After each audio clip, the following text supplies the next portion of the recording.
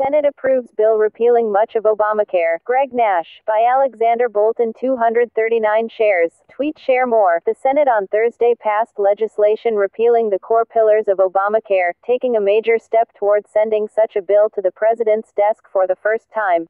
Republicans hailed it as a political messaging victory and a fulfillment of their promise from the 2014 midterm election to force President Obama to veto the landmark healthcare reform law named after him. Advertisement.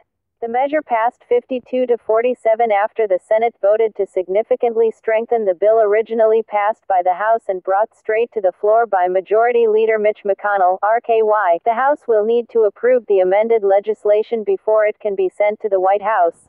Thursday's vote was a major event in the Senate, as Democrats never allowed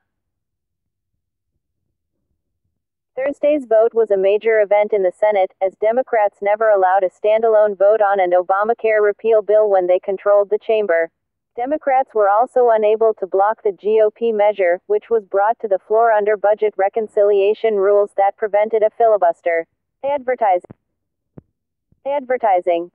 For too long, Democrats did everything to prevent Congress from passing the type of legislation necessary to help these Americans who are hurting, McConnell said on the floor. Today, that ends.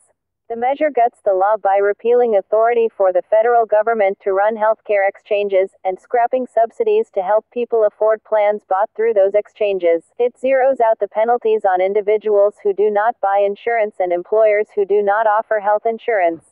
The vote caps weeks of intense and at times acrimonious debate within the Senate GOP conference over how far the repeal should go. Conservative Sens. Ted Cruz, R. Texas, and Marco Rubio, RFLA, who are running for president, and Sen. Mike Lee, R. Utah, threatened to oppose a House-passed repeal bill for not going far enough.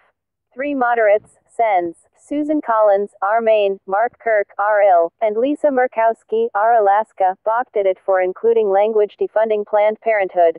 GOP leaders briefly floated the possibility of dropping the Planned Parenthood language but dropped the idea knowing it could spark a conservative backlash.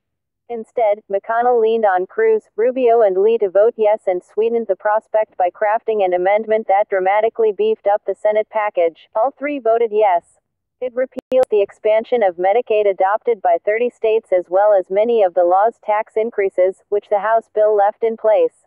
It cuts funding for the Prevention and Public Health Fund and eliminates risk adjustment programs from insurance companies that lose money because of the law. The House bill eliminates the individual and employer mandates, the Cadillac tax on expensive insurance plans and the medical device tax.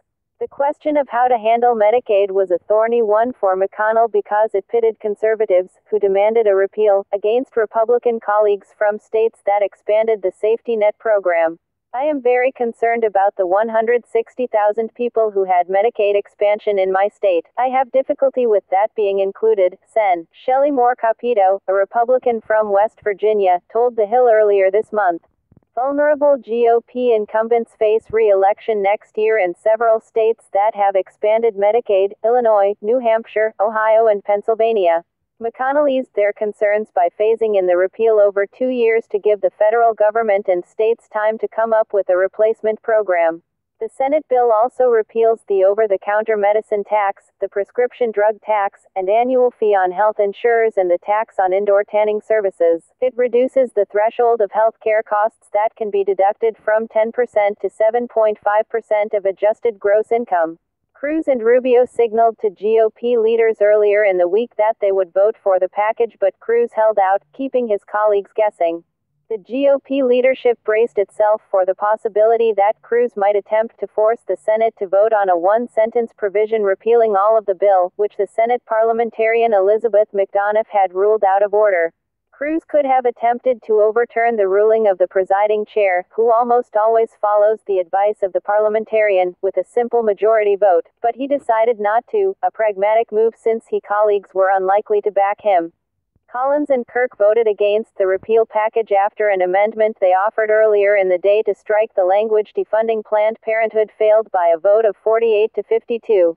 Murkowski, another sponsor of the amendment to protect Planned Parenthood funding, voted yes for the broader bill after declining to take a public position before the floor debate.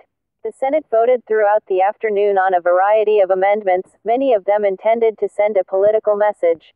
Democrats sought to score political points by offering an amendment sponsored by Sen. Dianne Feinstein, D. Califf, to bar suspected terrorists from buying guns. It failed by a vote of 45 to 54. The Democratic Senatorial Campaign Committee blasted vulnerable Republicans who opposed it. It's reprehensible that with everything going on in the world, these senators won't stand up to the special interests and pass a common-sense measure like closing the terrorist gun loophole, said Lauren Passalacqua, a spokeswoman for the committee. An amendment sponsored by Sen. Rand Paul, RKY, another presidential candidate, to loosen restrictions on concealed weapons permits fell 6 votes short of the 60 it needed as a non-germane proposal.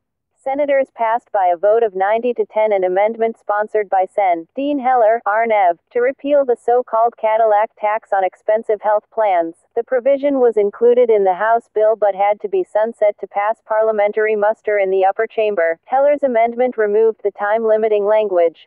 Jordan Carney contributed to